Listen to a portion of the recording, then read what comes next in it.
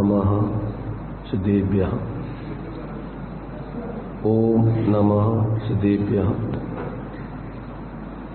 ओम नमः सिद्धेभ्यः।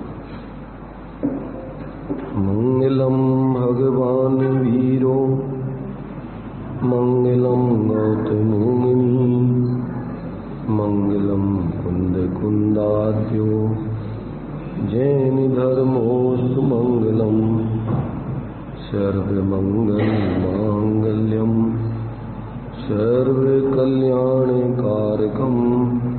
प्रधानं सर्वधर्माणां जैनं जयतु शासनं जैनं जयतु शासनम् वन्दितु सौवसिद्धे ध्रुवमचलमणोवं गतिं पत्ते मोक्षामि समय पाहुड़ मृणमो श्रुति केवली भणिदम् नमः समय साराय श्वानभूत्या चकाशते चित्स्वभावाय भावाय सर्वभावान्तरच्चिदे।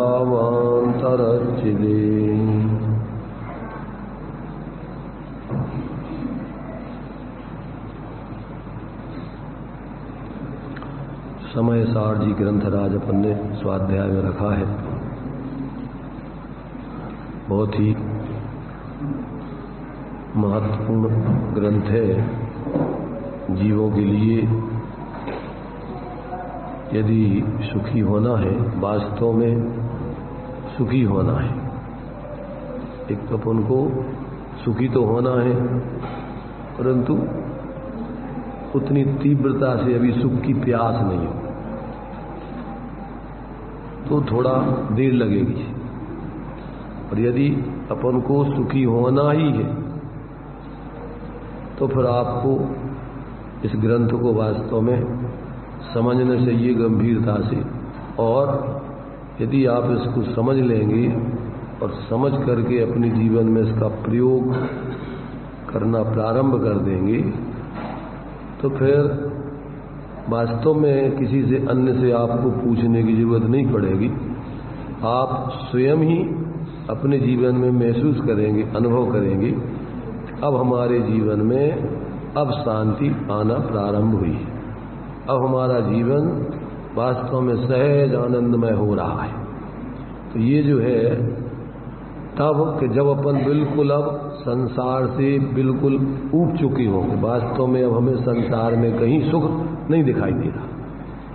अगर कहीं अभी संसार में थोड़ा लगाव है तो फिर ये बात न तो समझ में आएगी और न जीवन में उतर पाएगी। इसलिए पहले तो सद्विद संसार असारा ये आपके ज्ञान में आ जाने चाहिए, खुद के अनुभव से और अन्य के जीवों के जीवन को देखकर। लौकिक जीवन अपन रात दिन देख रहे हैं, सब प्रकार से व्यक्ति बाहर से, चाहे पुण्य के उदय वाले हो चाहे पाप के उदय वाले, सब दुखी हैं, सब आकुलित हैं, सब परेशान हो रहे हैं। पढ़ते भी हैं अपन, उसमें तो ज्ञानियों ने लिखा है कि जिनके पैसा नहीं है वे दुखी और जिनके हैं वे भी दुखी। बिना पैसों के निर्धन दुखी और पैसों के पैसावान भी दुखी। दाम बिना निर्धन दुखी और जिनकी है तो उनके लिए संतोष नहीं है, कितना काफी है, वे और चाहिए और चाहिए और चाहिए, इस अंधी दौड़ में लगे हुए और उसका कोई अंत नहीं है। इसलिए ये अपन को जिसको तुम पाना चाहते हो बाहर में, वो जो पा चुके हैं उनको देखो, क्या वो उससे संतुष्ट है कि वो परेशान है और वो उसको छोड़ना चाहते हैं और बढ़ाना चाहते हैं। और जब बहुत ज़्यादा पेट भर जाता है और फिर आदमी जबरदस्ती खाने लगे तो फिर उसकी तकलीफ बढ़ना चालू हो जाती है। आवश्यकता से ज़्यादा यदि व्यक्ति परिग्रह संग्रह करने लग जाए तो फिर उसकी समस्याएं बहुत बढ़ना चालू होती, उसका सहज जीवन, सामान्य जीवन भी बर्बाद हो जाता है। इसलिए पहले अपन को खुद के अनुभव से भी देखना चाहिए और दूसरों के अनुभव से अपन को समझना चाहिए कि लोक में कहीं कोई इस बाहर की अंधी दौड़ में कोई आज तक सुखी हुआ नहीं, कितना भी पा लिया हो, वो सब बाहर में आकुलता ही आकुलता का कारण है। ऐसा अपन को पहले तो बाहर में आपके असारता सब प्रकार से सब विध संसार, बाहर में जो भी प्रवृत्ति जिस रूप कर रहा है, चाहे वो पैसा वाला हो, चाहे गरीब हो, चाहे पद वाला हो, चाहे बगैर पद वाला हो, चाहे किसी भी जाति वाला हो, सब चारों तरफ से जिनकी बाहर में रुचि और लगाव है, प्रवृत्ति है, रस है, वे रात दिन आकुलित हैं, दुखी है, उनको चैन नहीं गई। ऐसा जब अपने ज्ञान में पहले ये परोक्ष ज्ञान में अपन को अभी दिखना चाहिए बाहर जो अनुभव है। अभी धर्म की बात तो तुम्हारे लिए जब बाहर में ये समझ में आ जाएगा कि यहाँ वास्तव में अभी शांति है नहीं, कहीं दूर दूर तक अपन देखो तो कहीं कोई, चाहे वो अपन जिसके लिए सोच रहा है कि ये हो जाए, जिनके हो गया उनसे पूछो, जिनके कोई भी चीज हो, जो चीज तुम सोच रहे हो कि हमारी हो जाए, तो तुम अगर हो जाएगी तो जिनके हो गई उनको देखो, क्या वे सुखी हो गए क्या? वे बेचैन, और ज्यादा बेचैन, क्योंकि उनकी और इच्छाएं बढ़ती जाती, और तृष्णा बढ़ती जाती। इसलिए यहां तो अपन को जब तक ये बाहर में कहीं भी कोई दूर दूर तक शांति सुख की गंध नहीं है, सब परेशान है, हैरान है। अब तो यदि अपन को फिर वहां से ये लगे कि कहीं और कोई है क्या शांति का मार्ग, सुख का मार्ग, कि जो जिसको पा करके कोई सुखी हुए हो, तो देखो इस मार्ग पे जो चल रहे हैं उनका जीवन भी आपको अभी आंशिक रूप में अन्य लोगों से कोई अलग किस्म का दिखेगा। उनके जीवन में आपको ऐसी हापाधापी झपट्टे मारने वाली दशा, आकुलता वाले कार्य करते हुए नहीं दिखेंगे। अभी निचली भूमिका में वो कार्य करते तो दिखेंगे, क्योंकि अभी उनकी पूर्ण स्वाश्रय की स्थिति, पूर्ण वितराग दशा जब तक प्राप्त नहीं होगी, तो अभी जितनी जितनी कसाय है उतनी उतनी बाहर में उनकी प्रवृत्ति चलेगी। पर विवेक पूर्वक मात्र जितना अपने लिए वर्तमान जीवन के लिए उपयोगिता है उतना मुनिराज है। उनकी कितनी उपयोगिता है बाहर की, कि उनके लिए अभी शरीर के साथ में है और अभी उतना सामर्थ्य नहीं है कि स्वरूप में एकाग्र होके, पूर्ण वितराग होके, निर्विकल्प होके और सर्वज्ञ दशा पालें। तो अभी वो निचली भूमिका में निर्विकल्प होते हैं और विकल्प में आते हैं, निर्विकल्प होते हैं, विकल्पों में आते हैं। तो अंदर में वो अतीन्द्रिय आनंद जितना जितना वितरागता प्रकट कर ली और अंदर में अपने अतीन्द्रिय आनंद भोग रहे, उसमें तो उनको कोई आकुलता है नहीं। पर जो भी अभी अस्थिरता है, उस अस्थिरता जन अभी उनके अंदर उतनी आकुलता है, और उसमें उनको जिस शरीर में वो रह रहे हैं, तो अभी उस शरीर के कारण से भी अभी उनके लिए थोड़ा विकल्प आता है। भूख लगती है, प्यास लगती है, जो भी और शरीर में कमजोरी आदि आती है, तो लगता है कि मजबूत रहे तो अपना उपयोग अच्छा धर्म में लगता है। तो वो एक सामान्य तरीके से बिना किसी गृद्धता के, आसक्ति के, अपने सहज उदय को ध्यान में रखते हुए कि इस उदय प्रमाण सब व्यवस्थाएं बाहर की बनती, तो उदय के ऊपर छोड़ करके और निकल जाते हैं विधि लेकर के आहारों को। अगर विधि पूर्वक शरीर के लिए भोजन मिल जाता है तो दे देते हैं, और नहीं मिलता है तो सहज निर्विकल्प रह करके अपनी साधना करते, कोई ज्यादा टेंशन नहीं करते। क्यों कि भाई शरीर तो देखो अपने से वास्तव में तो अलग है, और व्यवहार में अपना एक दिन अलग होना है। शरीर का संयोग कब तक है? आयु प्रमाण। इसके बाद तो कोई भी व्यक्ति इसको रख नहीं सकता है, चाहे ताकतवर हो, चाहे बेगत ताकतवर हो, चाहे पैसे वाला हो, चाहे गरीब हो, कोई भी हो, वो शरीर को छोड़ के उसको जाना पड़ेगा। तो ऐसा जान, और भाई व्यवस्थाएं सब चाह रहे हैं कि 3 लोग की संपत्ति हमें मिल जाए, और कितनी मिलती है? जितनी तुम्हारी इच्छा है, जितना तुम प्रयत्न करते हो उतनी, कि जितना भाग्य है उतनी। तो अब जब ये बाहर की परिस्थितियां या अनुकूलताएं अपन को भाग्य से मिलती हैं, जो अपने उदय प्रमाण मिलेंगी, तो वो तो अपन को जहाँ रहोगे जो करोगे उसमें भी उदय प्रमाण मिलेंगे। ऐसा उनके लिए विश्वास हो गया है। तो अब शरीर के लिए जो भी व्यवस्था बनना है वो सहज भाग्य प्रमाण बनेगी। देखो मुनिराज की तो छोड़ो, बच्चों को तो चिंता नहीं होती है। बच्चों की व्यवस्थाएं बनती कि नहीं बनती? उनको तो मुनिराजों को तो चलो इच्छा होती है, माने शरीर की कमजोरी आदि महसूस होती है और वो विधि पूर्वक अपने निकल जाते हैं और इसके बाद उनको मिल जाता है, शरीर को दे देते हैं। पर बच्चे तो ये व्यवस्था भी नहीं सोचते कि हमारे लिए व्यवस्था बन जाए, अब हम विधि पूर्वक निकलें। अब तो उनका तो ऑटोमेटिक बिना किसी प्रकार के प्रयत्न के उस संबंधी और ऑटोमेटिक व्यवस्था अपने आप बनती रहती है और अपने आप ही बन रही सबकी व्यवस्था। ध्यान रखना, अन्य इतने जीव हैं त्रियंच आदि, उनकी सब व्यवस्थाएं, कौन सा वो धंधा पानी कर रहा है, कौन सी नौकरी कर रहे हैं, और उन सबकी व्यवस्थाएं बनती कि नहीं बनती? बनती भाई। ये जो है देखो, अन्य लोग भी वो अन्य प्रकार से उस बात को कह करके और उनको व्यक्तियों को संतोष दिलाते हैं। वो भी इसी बात को अन्य प्रकार से कहते हैं। क्या कहते हैं वो? कि चींटी को कण और हाथी को मण, अपने भाग्य प्रमाण मिल ही जाता है। हाथी को एक मन भोजन चाहिए, वो भी उसको मिल जाता है भाग्य से, और चींटी को एक कण चाहिए तो वो भी उसकी व्यवस्था बन जाती है। एक मलूकदास हुई, मलूकदास की, उनने एक और छंद लिखा है, आप लोगों ने पढ़ा हो स्कूलों में, तो उसमें क्या दिया है? अजगर करे न चाकरी, पंछी करे न काम, दास मलूका कह गए सबके दाता राम। क्या अर्थ हुआ? अजगर कहीं नौकरी करने नहीं जाता है, और पंछी पक्षी भी कहीं कोई काम करने के लिए नहीं जाते, परंतु उनके लिए सबके दाता राम। दाता, राम माने भाग्य, राम माने कोई व्यक्ति नहीं बैठा कोई भगवान के जो तुम्हारी भाग्य कहो, भगवान माने भाग्य। तो भाग्य को भी भगवान कहते हैं व्यवहारिक दृष्टि से, वही अपना भगवान है भैया, जो अपना भाग्य है वही भगवान है, वही व्यवस्था बनाएगा। तो मतलब ये है कि लोक में सारे जीव जंतुओं की व्यवस्था अपने उदय प्रमाण भाग्य से बनती रहती है।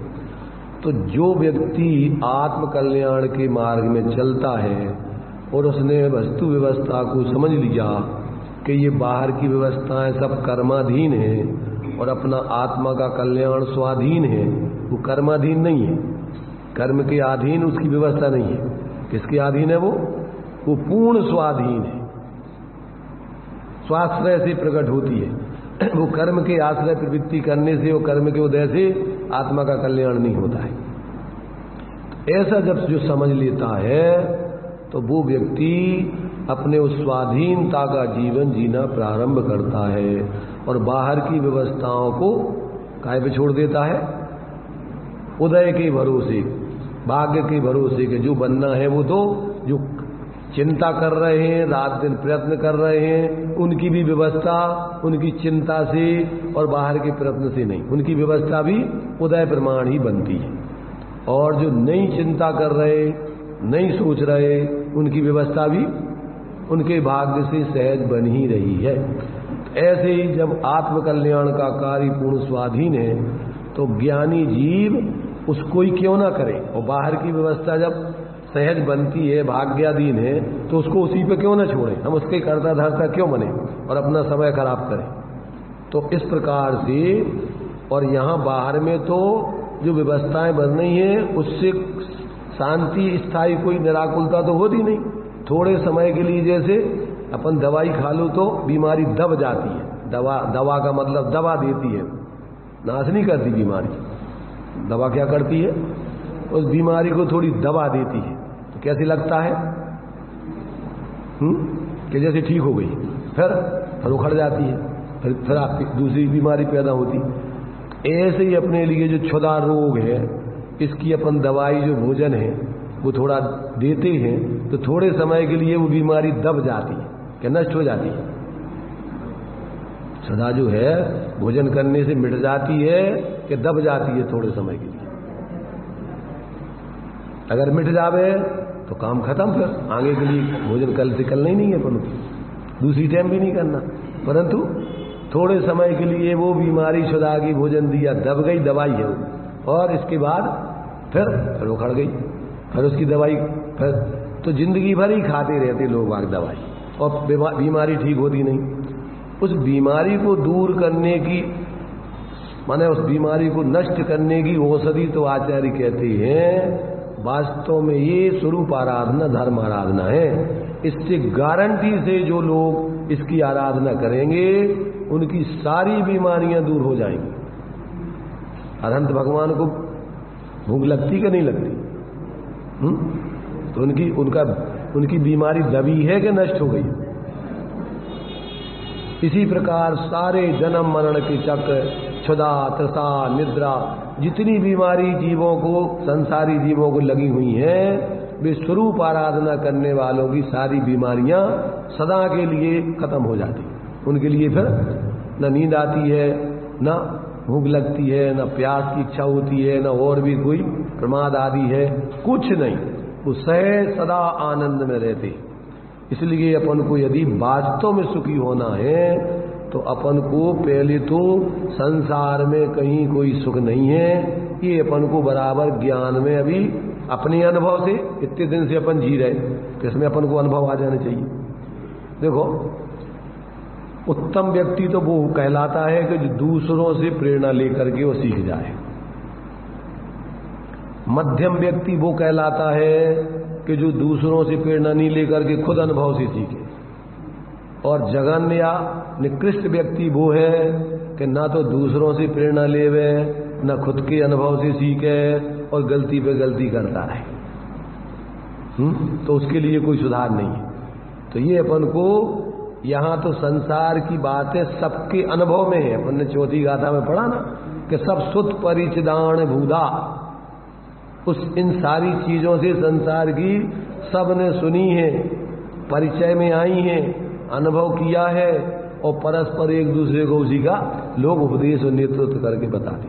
परंतु ये बात आचार्य कह रहा है जो हम बता रहे अपने उस एकत्र विभक्त स्वरूप का, ना तो तुमने उसका स्वरूप के बारे में कभी ईमानदारी से श्रवण किया, ना उसका परिचय किया, ना अनुभव किया, और ना उसका अनुभव करने वालों की संगति की। अंदर से संगति माने ऐसे ही औपचारिकता में नहीं, उनके अपन झूठे अनुयायी बन गए तो वो संगति नहीं कहलाती। उनके अनुयायी माने जैसे वो चल रहे हैं उनके साथ चलो, तो वो संगति है, सम्यक प्रकार से गति। और यदि तुमने उनके भगत बन गए तो वो तो संग हो गया। संगति और संग में अंतर है।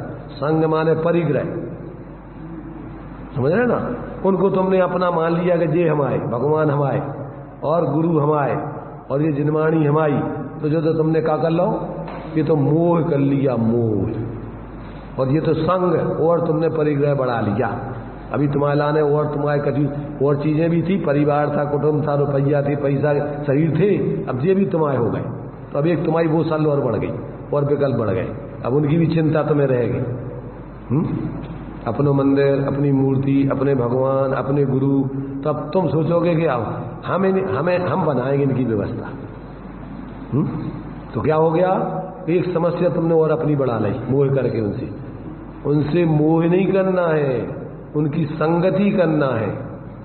उनका सानिध्य करके जैसा वो जीवन जी रहे हैं, जैसा उनने जीवन जी करके अपने जीवन को सुखी बनाया है, उस मार्ग पर चलना है। और उस मार्ग पर चलने के लिए और चलते हुए उनका सानिध्य करो, तो तुम्हारे लिए उनका सानिध्य सार्थक है।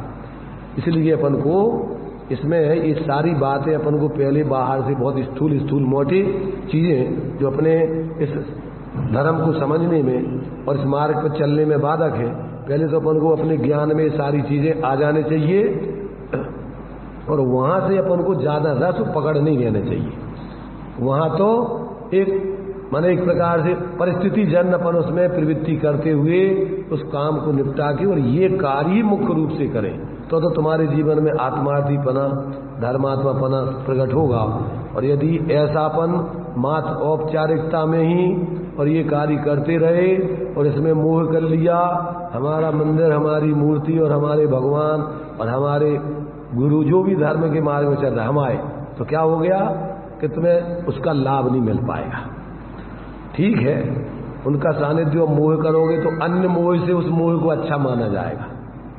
जो मोही जीवों की संगति है और जो पाप के कारण है उनसे मोह करोगे तो तुम्हारे लिए तो बहुत हानि है, बिल्कुल ही डूब जाओगे।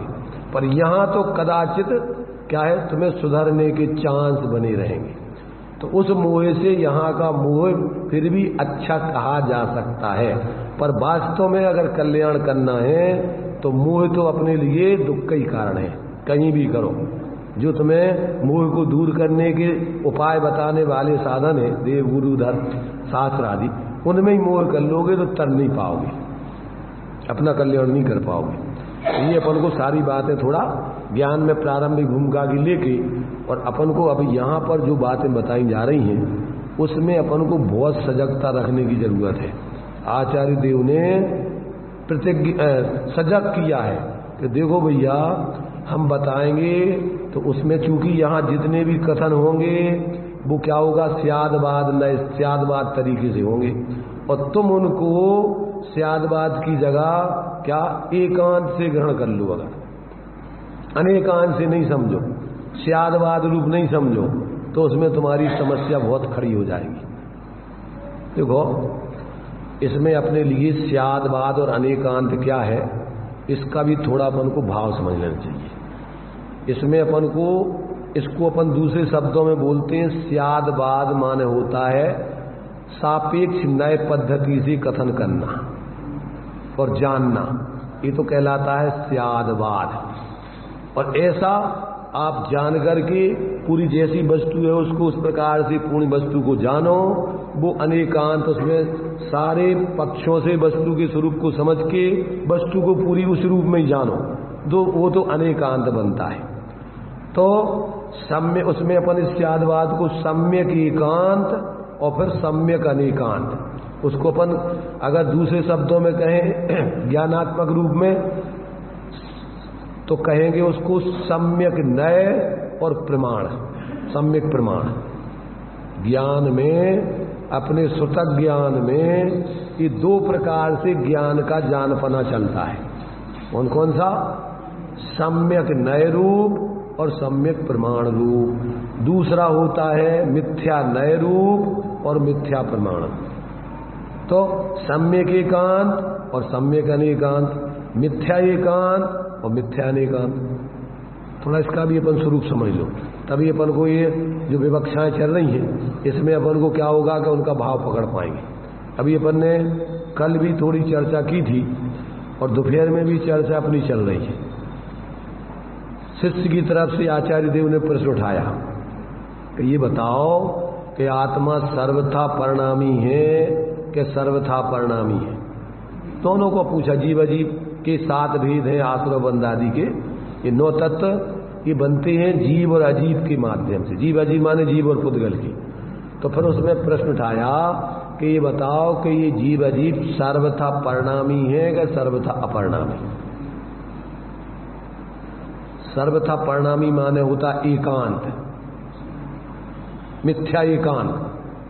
सर्वथा परिणामी माने मिथ्या एकांत।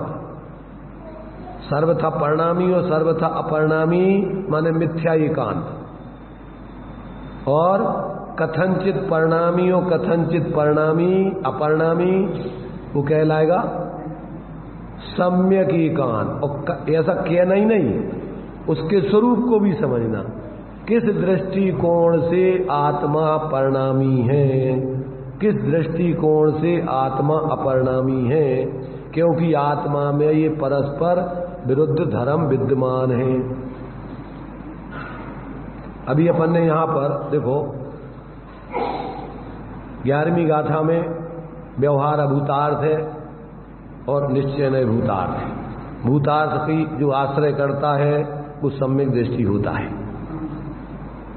फिर तत्काल दूसरी गाथा में 12वीं गाथा में आचार्य देव ने कि भैया ये बताओ कि ये भूतार्थ व्यवहार सर्वथा अभूतार्थ है कि कथनचित भूतार्थ भी है, और निश्चय भी सर्वथा भूतार्थ है कि कथनचित भूतार्थ है।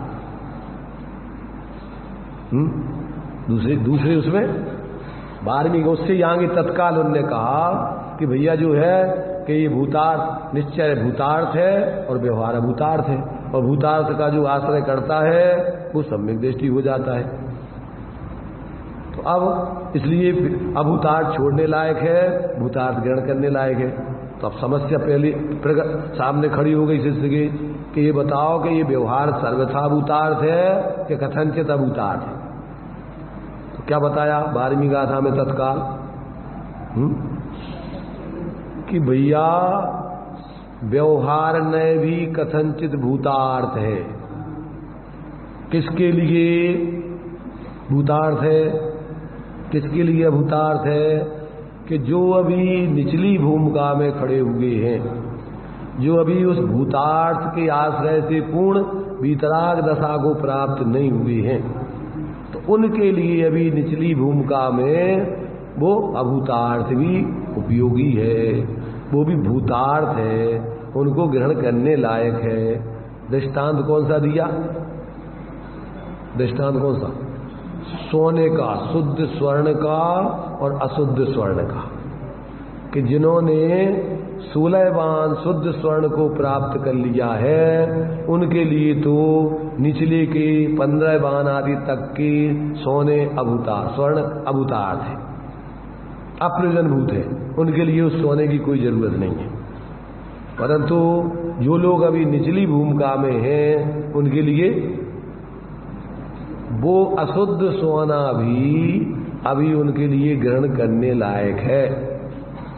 उस भूमिका में अभी क्या है, वो उस व्यवहार को अगर छोड़ दें, माने उस क्या है उस अशुद्धता के कारण से पूरे सोने को ही छोड़ दें, तो क्या होगा कि सोना तो उसी में से निकलना है, शुद्ध सोना तो उसी में से निकलेगा। ऐसे ही अपन को अभी जब तक अपने उस एकत्र भक्त आत्मा की श्रद्धा ज्ञान और पूर्ण लीनता नहीं की है, और फिर अपने लिए भूमिका अनुसार जो स्वरूप साधना के लिए व्यवहार जो स्वभाव आदि हैं, व्रत आदि हैं, उनको छोड़ दोगे तो क्या होगा कि तुम परमार्थ से भी च्युत हो जाओगे। भूतार्थ भी तुम्हारा उससे भी च्युत हो जाओगे। मुनिराज, यदि अभी छठम सप्तम गुणस्थान की भूमिका में यदि वो व्रतों का प्रवर्तन नहीं करें छठम गुणस्थान में आने पर, और वो उन व्रतों को छोड़ दें और स्वच्छंदाचार रूप प्रवृत्ति करें, तो उनके गुणस्थानों से गिरकर वे उस भीतरागता से च्युत हो जाएंगे। इसी प्रकार सम्यक दृष्टि जीव भी यदि जो उसके लिए सच्चे देव सास गुरु का सानिध्य, सात तत्व आदि का विचार, और इस प्रकार से भगवान जिनेन्द्र की पूजन आदि सानिध्य, और यदि वो इनको छोड़ दे और फिर यदवा तदवा वो सात तत्वों के विपरीत प्रवर्तन करने लग जाए, को गुरु को देव को शास्त्र आदि को मानने लग जाए, तो उसके सम्यक रहेगा कि नहीं रहेगा? वो मिथ्या दृष्टि बन जाएगा, वो अपने स्वरूप से च्युत हो जाएगा। इसलिए जिस भूमिका में जब तक व्यक्ति अपने उस उत्कृष्ट स्थिति को, पूर्ण स्थिति को, माने जो शुद्ध निश्चय नय की विषयभूत शुद्ध आत्मा की पूर्ण श्रद्धा ज्ञान और लीनता रूप परिणति में ऐसे पूर्ण शुद्धता प्रकट नहीं हो जाए, तब तक भूमिका अनुसार उसके लिए व्यवहार का विवेक रख करके प्रवृत्ति करना चाहिए।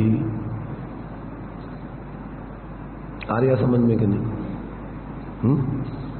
इसलिए ऐसा नहीं, खेद की बात है। आगे के लिए अपन ने इस कलश वगैरह जो लिखे थी 13वीं गाथा के पहले जो 4 कलश लिखे हुए हैं, तो उनमें उन्होंने क्या है कि खेद व्यक्त करते हुए व्यवहार का अवलंबन करना पड़ता है निचली भूमिका में, परंतु वास्तव में वो कोई करने लायक नहीं है, प्रयोजनवान नहीं है, परंतु निचली भूमिका में मजबूरी है।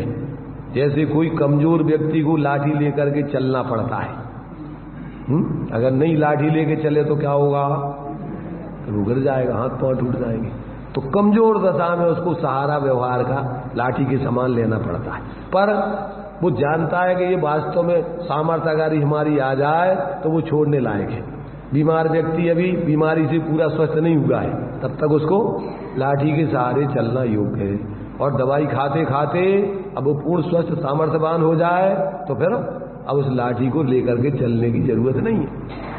तो ऐसे ही जब वो अपने स्वरूप की शुद्ध उपयोग पूर्वक स्वरूप की विशेष आराधना करके और बाहर पर्याय में पूर्ण वितराग दशा को प्राप्त हो जाए तो अब उसके लिए बाहर के कोई विकल्प करना उपयोगी नहीं है, बाहर की प्रवृत्ति करना उपयोगी नहीं है, पर तो उसके लिए अपने स्वरूप की आराधना करके उसी का आनंद लेना चाहिए। तो ये किस भूमिका में अपने लिए कौन सा व्यवहार उपयोगी है, कैसा व्यवहार उपयोगी है, जिससे अपना उस भूतार्थ निःशुद्धात्म तत्व की आराधना पर्याय में बढ़े, स्थिति बने। तो पहले तो समझना, पहले तो वस्तु में दो धर्म है, एक सामान, एक विशेष, एक द्रव्य स्वभाव, एक पर्याय स्वभाव। तो दोनों धर्मों को पहले तो सापेक्ष रूप से समझना कि जब अपन उस शुद्ध स्वभाव को बताते हैं तो वो निश्चय नय से आत्मा ऐसा है, एक रूप है, नित्य है, अभेद है, सामान्य है। और जब अपन पर्यार्थिक नय से विचार करते हैं तो आत्मा अनेक रूप है, भेद रूप है, अशुद्ध दशा में पड़ा हुआ है। और वो सब स्थितियां अपन को आत्मा की है।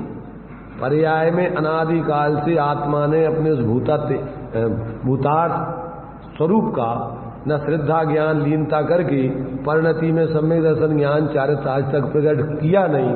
तो पर्याय में तो अनादिकाल से जीव मिथ्या दृष्टि अज्ञानी कसाय पूर्वक जीवन जी रहा है। तो ये कौन का है? ये पर्याय का परिणमन किसका है और द्रव्य स्वभाव किसका है? ये दो आत्माएं अलग अलग हैं कि एक ही आत्मा के दो धर्म हैं? तो अब अपन को अब इसमें प्रयोजन साधने के लिए समझ, पहले तो वस्तु स्वरूप जैसी है वैसी समझो, और वो स्यादवाद तरीके से समझाई जा रही, अपेक्षाओं से समझाई जाएगी। एकांत से तुम कहो कि वस्तु नित्य ही है, एक ही रूप है, तो और दूसरा पक्ष को सर्वथा मानो ही नहीं, तो अभी अपन ने उसमें पढ़ा के एकांत से मानोगे तो क्या होगा? एकांत से अगर वस्तु को सर्वथा अपरिणामी मानोगे तो दो ही द्रव्य रह जाएंगे, 7 तत्वों की सिद्धि नहीं होती।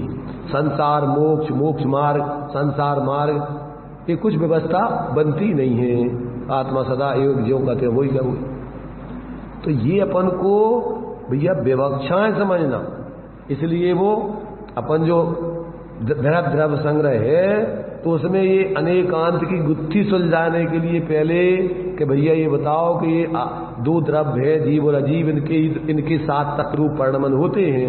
तो ये पहले बताओ कि ये परिणमन करते हैं तो कैसा करते हैं, कहाँ करते हैं? एक द्रव्य दूसरे द्रव्य रूप हो जाते हैं कि एक द्रव्य दूसरे द्रव्य के निमित्त से अपनी पर्याय में ही अनेक प्रकार का माने आश्रव, बंध, संवर, निद्रा, मोक्ष, पुण्य, पाप आदि रूप परिणमन करते हैं। तो ये अपने में ही करते हैं, निमित्त बनाते हैं दूसरे को, और परिणमन अपने में विकारी करते हैं। तो ये पर्याय पक्ष में अनादिकाल से जीव क्या है, अपने उस एकत्र भक्त स्वरूप को भूल के और पर लक्ष्य करके निरंतर क्या है, क्या जी रहा है? पराश्रित जीवन, पर समय का जीवन जी रहा है। आज तक उसको पर्याय में स्वसमय का जीवन जिया ही नहीं है। इसलिए अब यदि स्वसमय का जीवन जीना है तो अपने समय को जानो। पहले तो अपना समय आत्मा कैसा है, वो आत्मा मूल में द्रव्य स्वभाव से कैसा है, पर्याय स्वभाव से कैसा है। और यदि अपन को पर समय पना छोड़ना है तो अपने उस एकत्र भक्त जो सभी भेदों में, सभी अवस्थाओं में वो एक रूप पना, ऐसा नहीं है कि वो पर्याय अलग है और द्रव्य स्वभाव सर्वथा अलग है। वो तो अतद्भाव रूप भेद की दृष्टि से देखने का तरीका है। जहां पर्याय हैं, गुण हैं, वहीं पूरा वो सामान्य अभेद आत्मा ध्रुवात्मा विराजमान है। और उसी में ही उसी के साथ परिणमन भी हो रहा है और अपरिणामी पने से भी विद्यमान है। जो अपन को यहाँ पर जो आगे 13वीं गाथा में उस बात को सिद्ध करके और अपने लिए किस तरीके से देखें जिससे अपन को सम्यक दर्शन की सिद्धि हो। इन 7 तत्वों को, 9 पदार्थों को या 9 तत्वों को भूतार्थ नय से जानने पर सम्यक होता है, निश्चय सम्यक।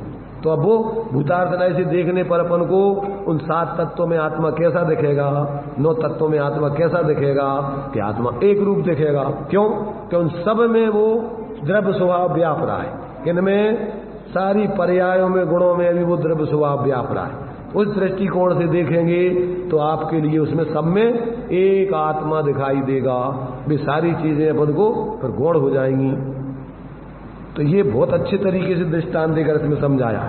तो ये अपन को सम्यक एकांत, सम्यक अनेकांत और मिथ्या एकांत, मिथ्या अनेकांत।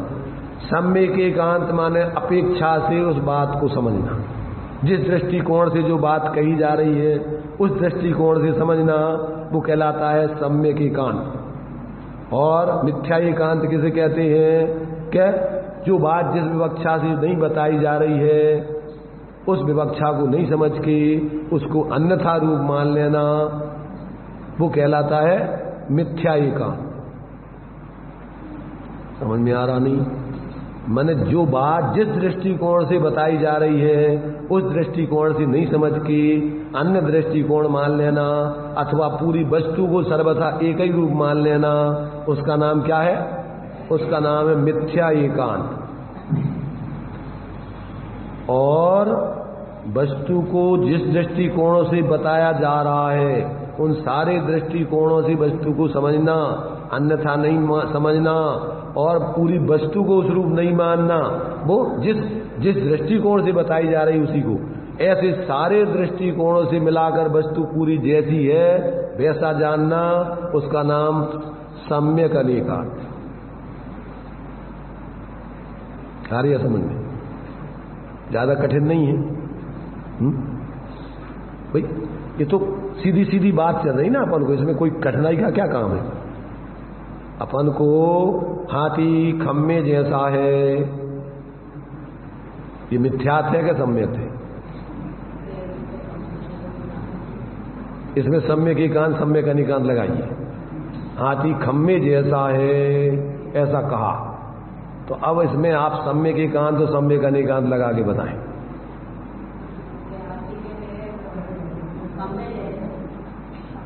और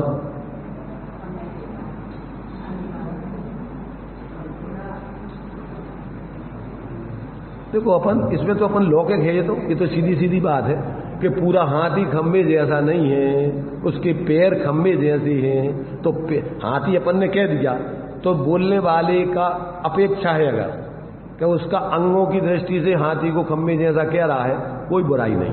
क्यों? कि वो हाथी के अंग हैं तो कथनचित उसको हाथी कह देना ज्ञान में रख करके, उसमें कोई दोष नहीं है।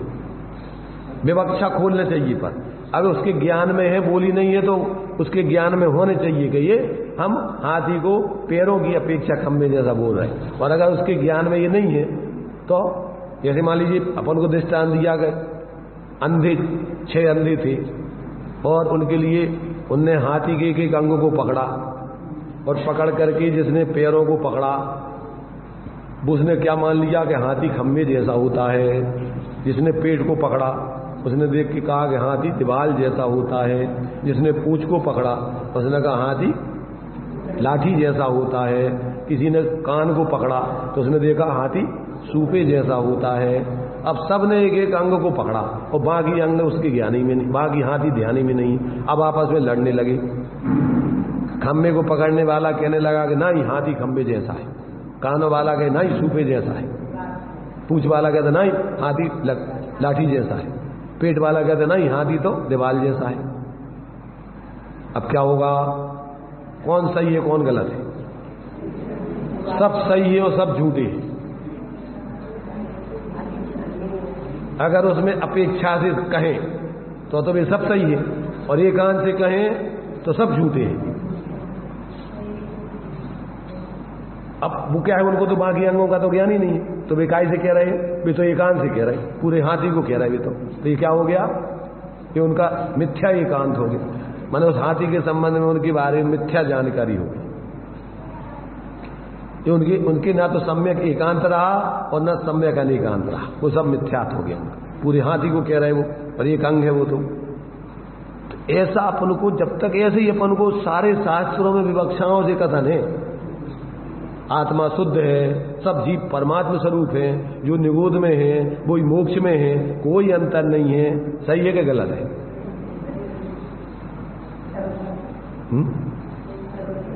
ये बताओ कि जो निगोद में सोई मुझ में सोई मोक्ष मजा, और अपन निश्चय भेद कछु भी नहीं। अब निश्चय नहीं लगा के अपन सर्वथा ऐसे ही मान लो कि सब जीव बिल्कुल एक ही समान है, जो निगोद में है सो भी वही वैसे ही का वैसा, और जो हम है वो भी ऐसे ही, और जो सिद्धालय में क्या अंतर है? कुछ नहीं अंतर। तो नहीं है अंतर। अरे भाई अंतर नहीं है तो काय के लिए अब उपदेश, काय के लिए तुम्हें अब सुधार करना, कुछ मतलब ही नहीं है। एक जैसी कि भैया निगोद वाले जीव मां दुखी हैं पर्याय में, और ज्ञान आदि की अत्यंत पर्याय में हीनता चल रही, वे तो मुर्दे जैसे हैं, उनको अपनी खबर ही नहीं है कि हम कहाँ हैं। और सिद्ध भगवान परमानंद भोग रहे, पूर्ण आनंद भोग रहे, अनंत ज्ञान दर्शन आदि का, और वो वे बिल्कुल ऐसे अजीब जैसी स्थिति हो गई उनकी। तो अब कौन सी विवक्षा थी वो? अरे वो तो निश्चय से वस्तु स्वरूप की दृष्टि से बताई कि द्रव्य दृष्टि से देखो तो सब जीव एक समान है, परंतु पर्याय दृष्टि से बहिरातम अंतरातम परमात्म जीव त्रिधा है। अब इसमें भेद प्रभेद, और अपन को फिर इसी में अपन को शुद्धि अशुद्धि है, उसी को अपन को करना है। फिर उसमें से अपन को बहिरातमता ये जान तज अंतर आत्म भूजे, और परमात्म को ध्याय निरंतर जो नितानंद भूजे। अब ये लक्ष्य नहीं साथ में रहा तो अपन क्या हो गए कि भ्रमित हो गए धर्म के नाम। शास्त्रों के भी अर्थ के अनर्थ अपन ने समझ लिए। शास्त्रों इसलिए आचार्य देव को पहले सजग करना पड़ा कि भैया छल ग्रहण मत कर लेना, हमारी विवक्षाओं को समझ के, और जिस प्रयोजन से जो बात कही जा रही है उस विवक्षा को उस प्रयोजन से समझ के और उसी प्रकार परिवर्तन करना। तो तुम समझ लो कि हम जिस तरीके से आनंद भोग रहे हैं उस आनंद को तुम भी भोगोगे। और अगर छल ग्रहण करके अर्थ का अनर्थ करके और कुछ भी प्रवृत्ति करोगे तो बहुत दुर्गति में चले जाओगे। तो अब देखो यहाँ अपन को विवक्षाएं समझना। यहाँ भूतार्थ से जाने हुए नव तत्व सम्यक दर्शन है, अभूतार्थ से जाने हुए नव तत्व व्यवहार है, समझ रहे ना?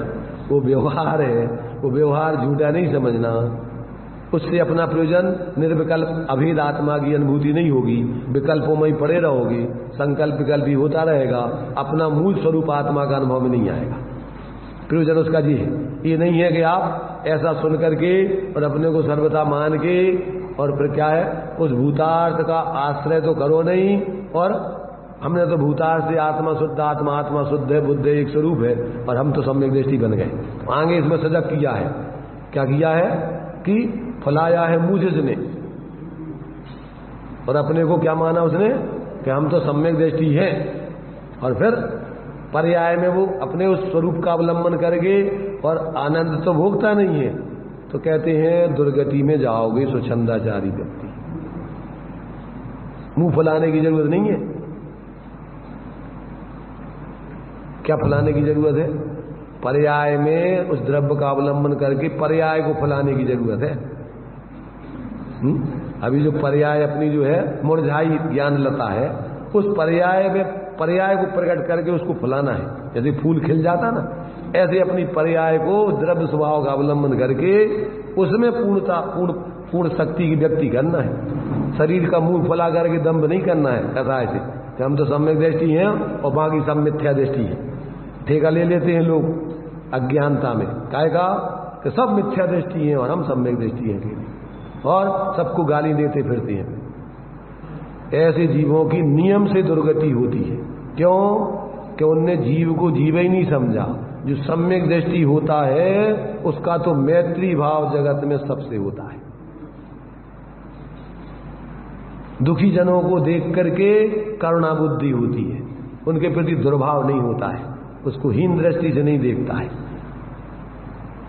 और जो उस मार्ग पे चल रहे हैं उनको समझ करके उनके चरणों में बैठ करके धर्म आराधना करता है।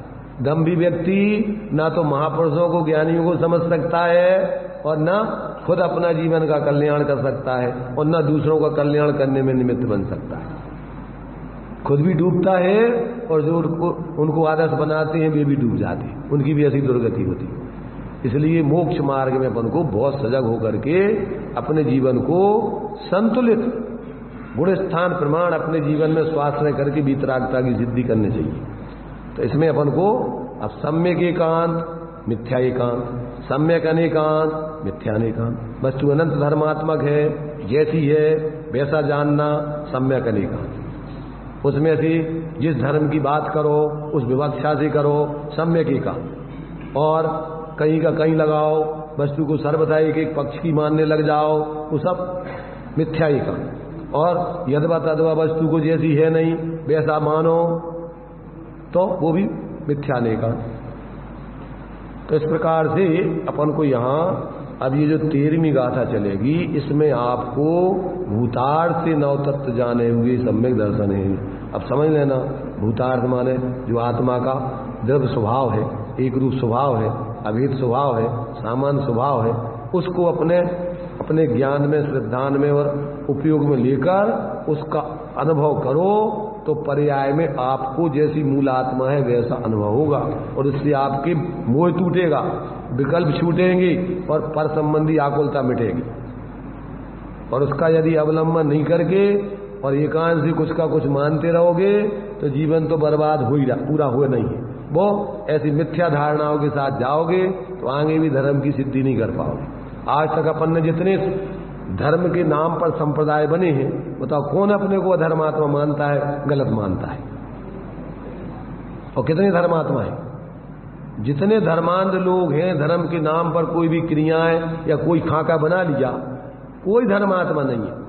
धर्मात्मा तो वो है कि जो अपने आत्मा को जैसा है वैसा जानकर उसकी श्रद्धा ज्ञान लीनता करते हैं और गुण स्थान प्रमाण फिर बाहर व्यवहार में सजग रहकर प्रवृत्ति करते हैं, वे धर्मात्मा है।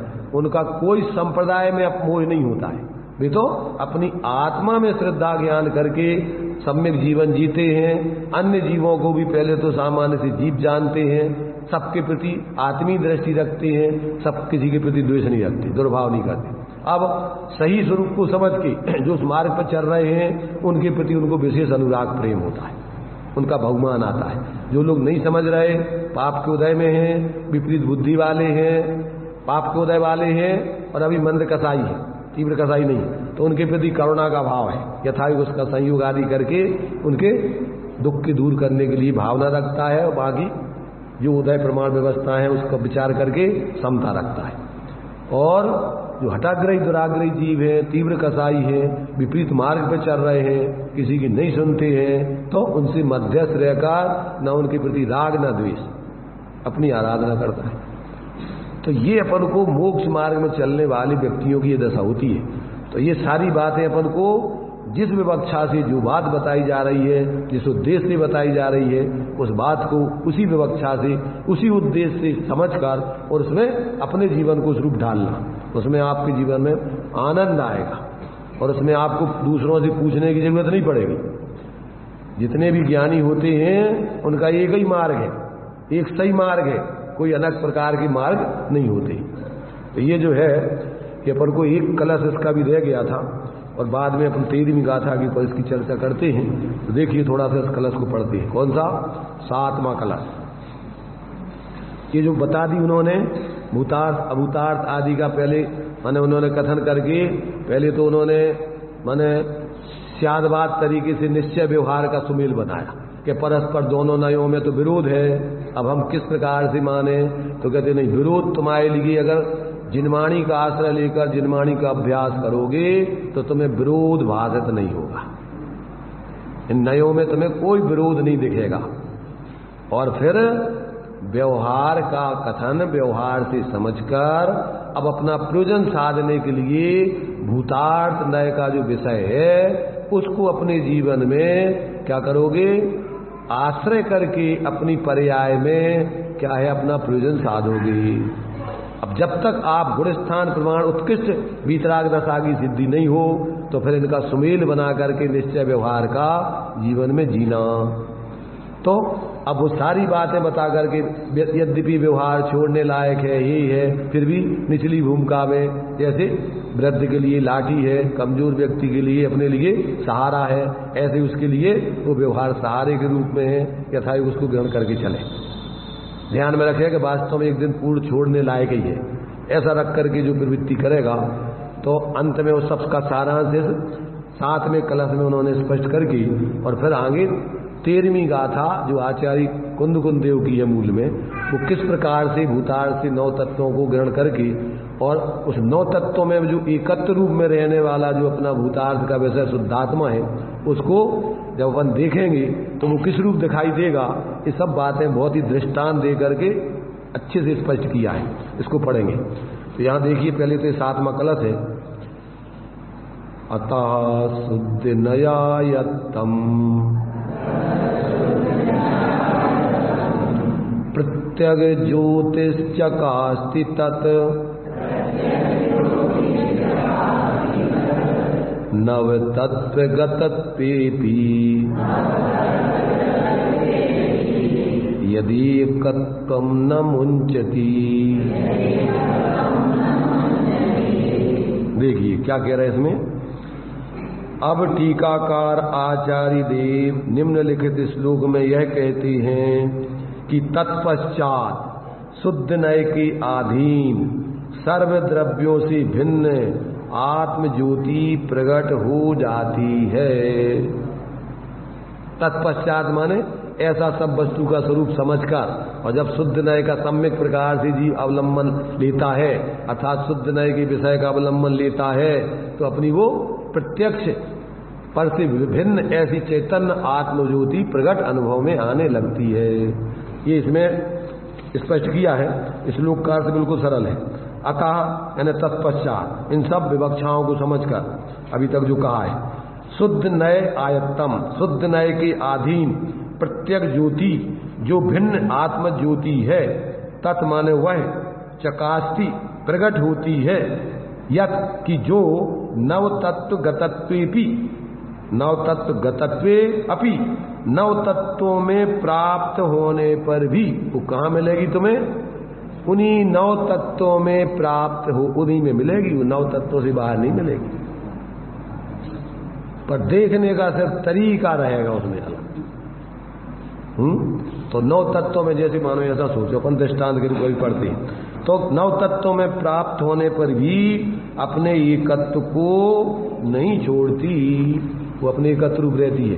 भावार्थ में उन्होंने क्या दिया, नव तत्वों में प्राप्त हुआ आत्मा अनेक रूप दिखाई देता है, यदि उसका भिन्न स्वरूप विचार किया जाए तो वह अपनी चैतन्य चमत्कार मात्र ज्योति को नहीं छोड़ता है। तो अपन दृष्टांत के रूप में लें कि जैसे अपन अपने एक अपन लौकिक दृष्टांत लो, पानी है, पानी को अपन जिस बर्तन में डाल दो तो वो पानी कैसा हो जाता है, उस बर्तन के निमित्त से पानी रूप रह करके ही बर्तनाकार हो जाता है। तो जब अपन उसको बर्तन के निमित्त से उसके आकार को देखें तो वो उस आकार दिखाई देता है। किस आकार, गिलास के आकार, लोटे के आकार, कटोरे के आकार, उस रूप दिखाई देता है।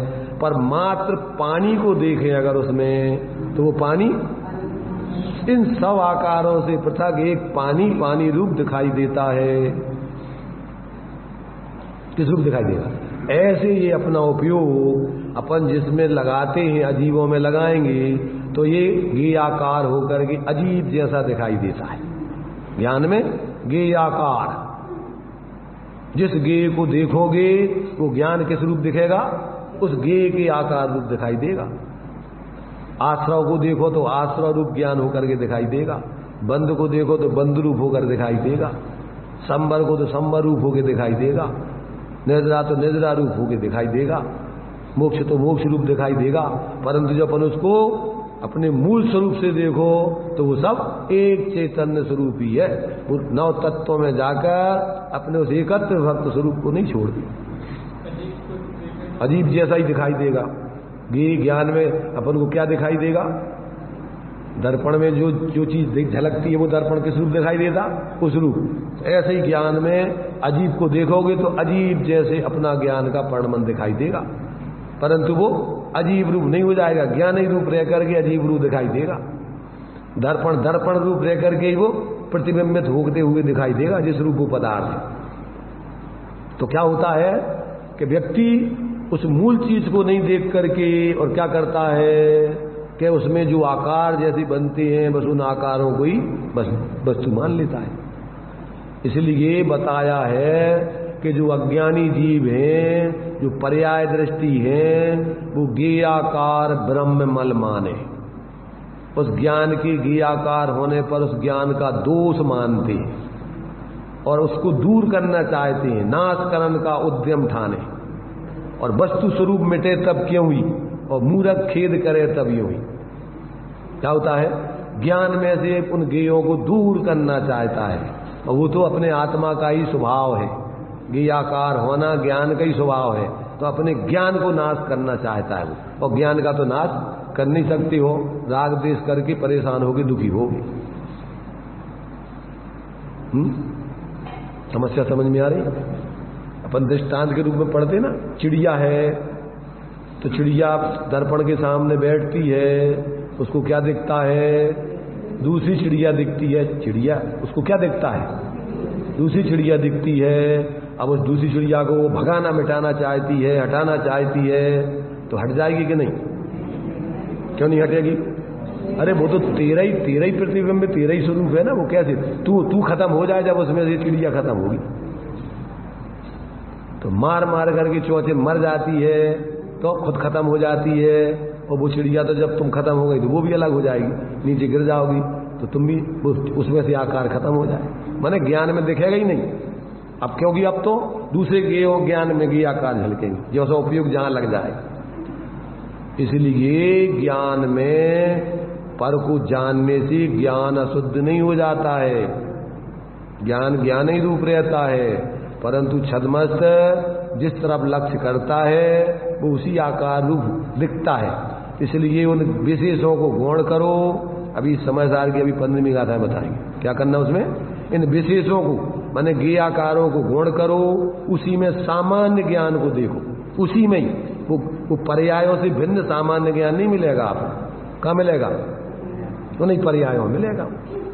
सामान्य ज्ञान स्वरूप को मुख्य करो तो वे पर्यायों में आपको फिर क्या, वो पर्यायों में जिस पर लक्ष्य से वो अनेक आकार दिख रहे थे, उसमें आपको एक चैतन्य आकार आत्मा का वो सामान्य स्वरूप निर्विकल्प हो गया, अनुभूति में आएगा। तो जो इस प्रकार से विशेष को गौण करके सामान्य को देखते हैं, पश्चदी जिण सातणम सभम, वो संपूर्ण द्वादशांग के साथ शुद्ध आत्मा का अनुभव करके सम्यक दृष्टि बन जाते हैं। वो ज्ञेयाकार ज्ञान का स्वभाव है। वो तो जैसे ज्ञेय हो, उस ज्ञेयों के आकार जैसा होकर वो तो अपने ज्ञान रूप ही रहता है।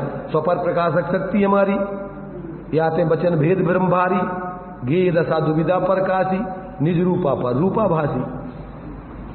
एक तो ज्ञेय पर है और एक वो ज्ञेय अपना स्वयं का ही आकार है।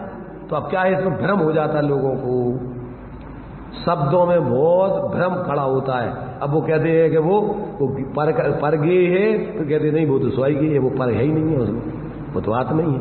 तो अब क्या होता है, शब्दों में व्यक्ति बहुत भ्रमित होते रहते हैं। ज्ञेय दशा दुविधा प्रकाशी निज रूपा, तो स्वपर प्रकाशक शक्ति हमारी, याते वचन भेद भ्रम भारी, वचनों में उसको चर्चा करने में समझाने में बड़े भ्रम खड़े हो जाते हैं। और ज्ञेय दशा दुविधा प्रकाशी, दो प्रकार से कौन से?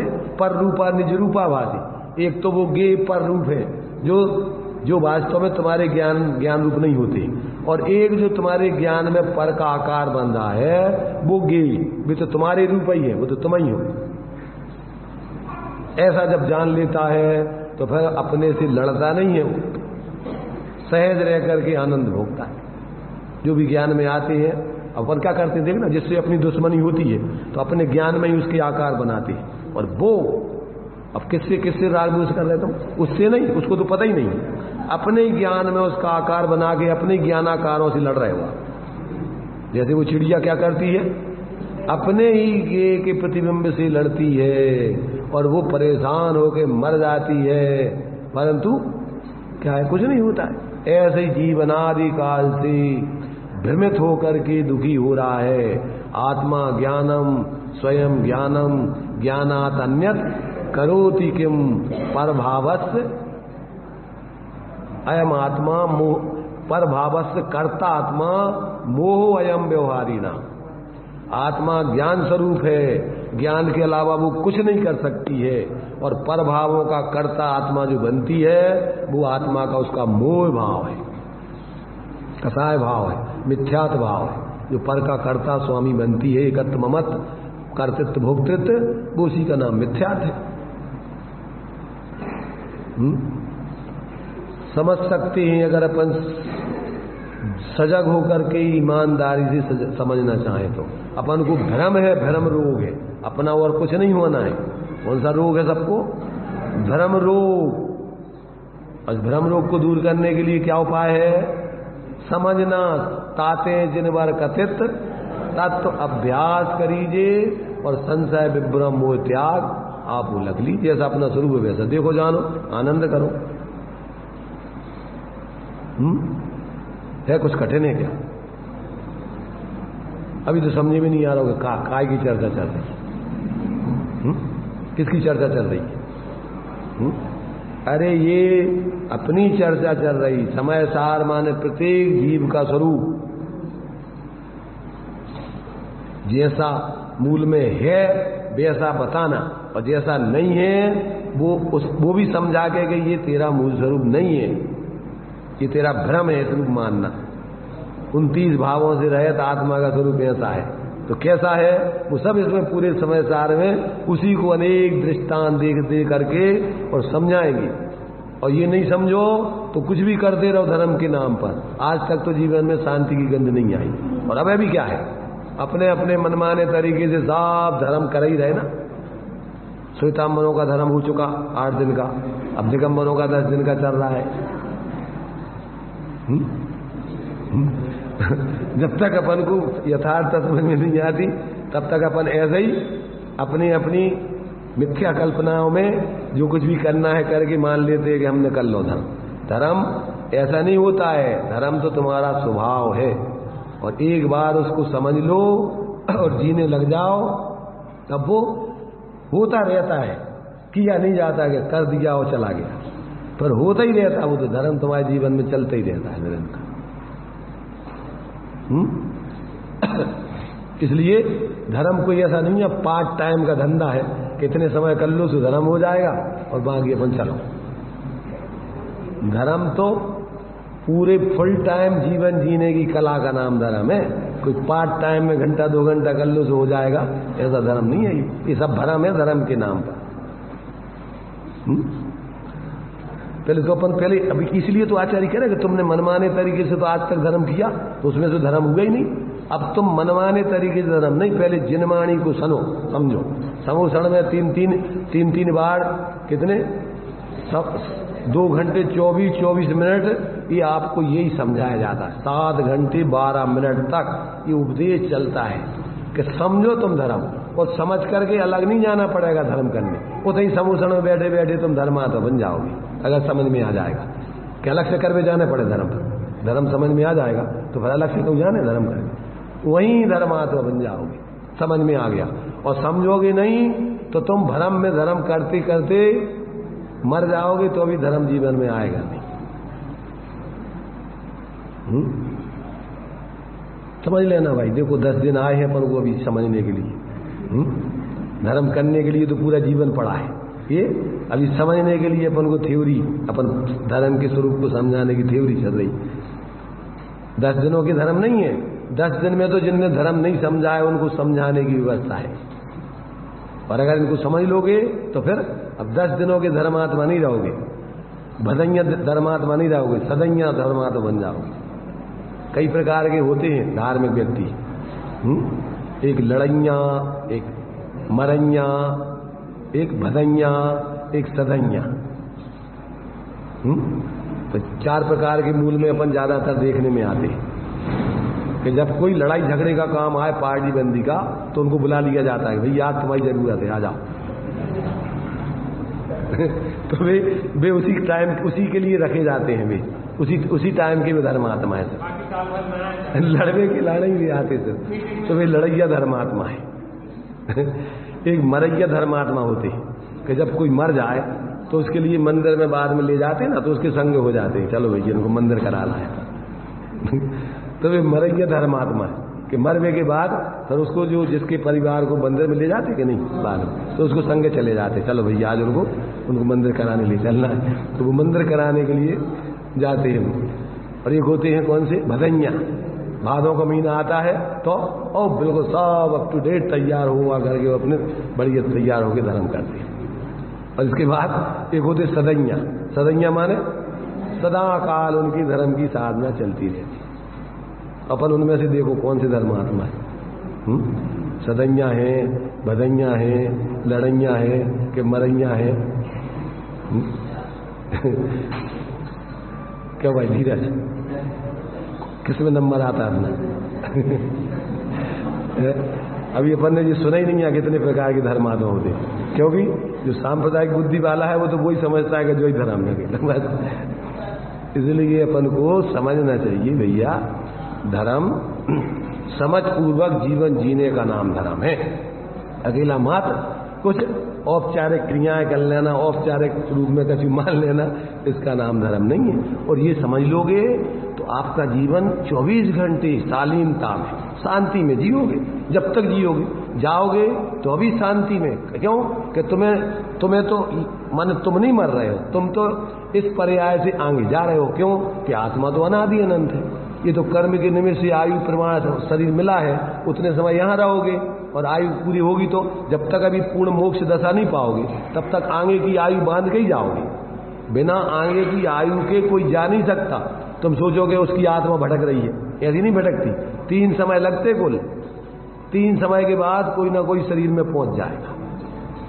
कोई आत्मा ऐसी नहीं भटकती रहती है आसमान में कि भैया उसकी आत्मा बहुत भटक रही है, उसके लिए फलाना कर दो तो वो भटकना दूर हो जाएगा उसका। तो ये अपन अपनी खुद की तैयारी इन भावों से करते ही रहती हैं। अगर आप सम्यक धार्मिक जीवन जियोगे तो जितने अंशों में आप स्वास्थ्य से भी तरागता पाओगे, तत्काल आनंद भोगोगे। और जितनी जितनी अभी अस्थिरता रह जाएगी तो विवेक पूर्वक उसमें जियोगे तो साथ ही साथ पुण्य बंद करके आगे के लिए सर्वोत्कृष्ट स्थानों में जाके वहां धर्म की पूरी साधना करने के आपको अवसर मिलेंगे। यदवतद्वा जगह नहीं जाओगे। कहां जाओगे? जहां धर्म की उत्कृष्ट साधना होती है, ऐसी तीर्थंकर आदि के सानिध्य में पैदा होंगे। इसलिए अपन को सच्चे अर्थों में यदि अपने इस मानव जीवन को सफल करना है तो अपन को पहले धर्म की सच्चे स्वरूप को समझना चाहिए और फिर अपन धर्म का जीवन जिएंगे तो अपन को फिर अतिरिक्त ऐसा नहीं लगेगा कि अब भैया अब धर्म 24 जहां रहोगे वहां धर्म करोगे आप। क्यों कि आत्मा जहां रहेगा धर्म वहां धर्मात्मा रहेगा।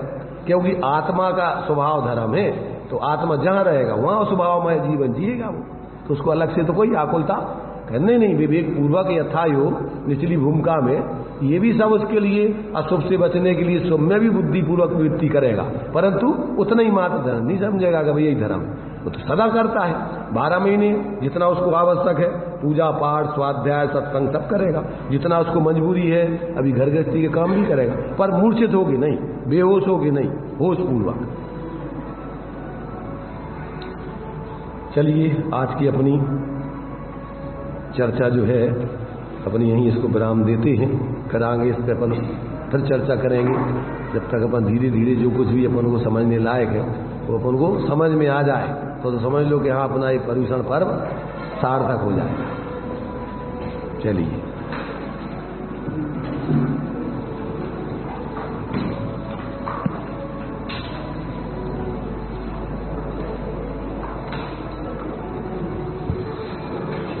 निश्चय से मैं